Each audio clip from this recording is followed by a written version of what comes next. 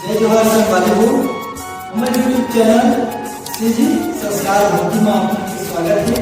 ये चैनल के माध्यम से आप मतलब उस बराबर भजन आप मतलब पसंद आए तो बिल्कुल लाइक शेयर कमेंट और सब्सक्राइब जरूर करें।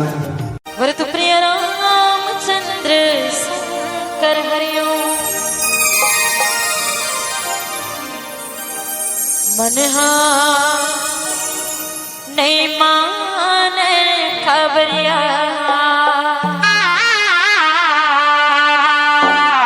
मुरली अतिक पान बाजथे।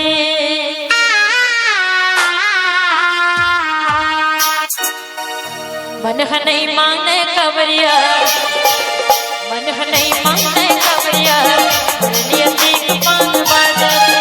मन नहीं माने खबरिया, मुरली अतिक पान बाजथे।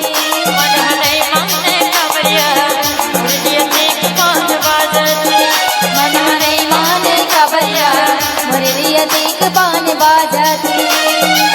मुरली अतिक पान बाजथे, बसुरी अतिक पान बाजथे। मुरली अतिक पान बाजथे, बसुरी अतिक पान बाजथे। मन नहीं माने खबरिया, मन नहीं माने खबरिया, मुरली अतिक पान बाजथे। मन नहीं माने खबरिया, मुरली अतिक पान बाजथे।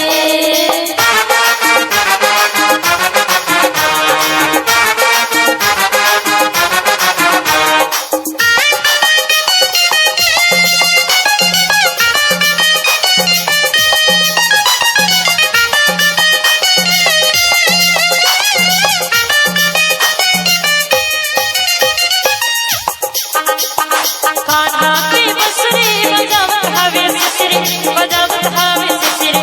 धुनी लंबी रोवत की पुरवा की बितरी, पुरवा की बितरी। कान्हा की बंसुरी बजावत हवे सिसरी, बजावत हवे सिसरी।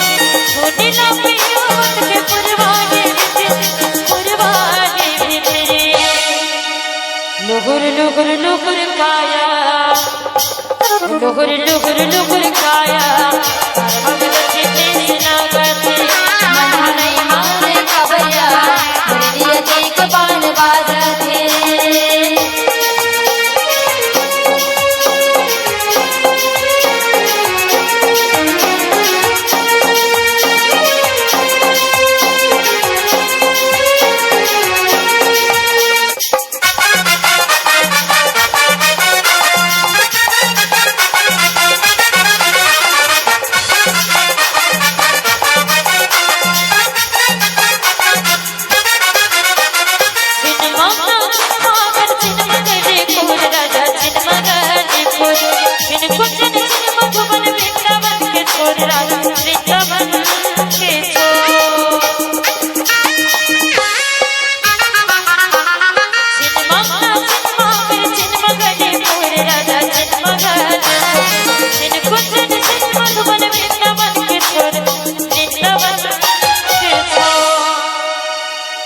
छिकरी नहीं छिकावे काया, छिकरी नहीं छिकावे काया, हम आगे मोर भागा। मन नहीं माने खबरिया, मुरली अतिक पान बाजथे। मन नहीं माने खबरिया, मुरली अतिक पान बाजथे। मन नहीं माने खबरिया, मुरली अतिक पान बाजथे।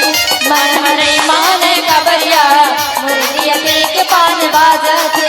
मन नहीं माने खबरिया, मुरली अतिक पान बाजथे। बोल सियापति रामचंद्र के जय। हिमांशु।